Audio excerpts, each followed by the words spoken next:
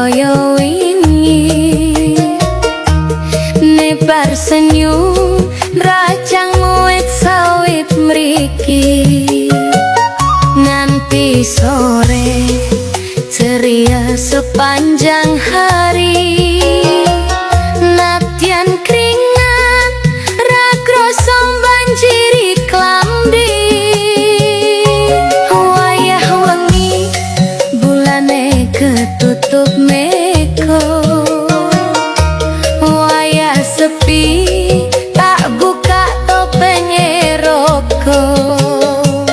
blebes ngili nanging mung tanpa swara wujud asli sing wis tak simpen sedina arep sambat karo sapa kabeh kadung tak celikno saka dulur saka kanca uga saka sing tak tresno iwak tetu lelapane kojong telo saken dino nganti ilat mati rasa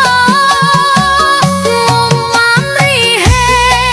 iso mudik lunga jauh 3 taun durung mesti mulih mrono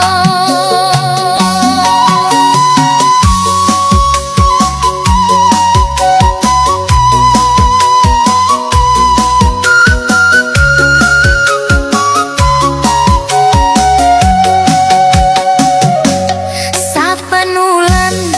mesti tampa hasil kerja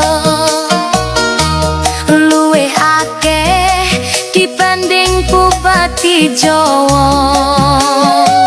nanging Jerman wis dijejer ora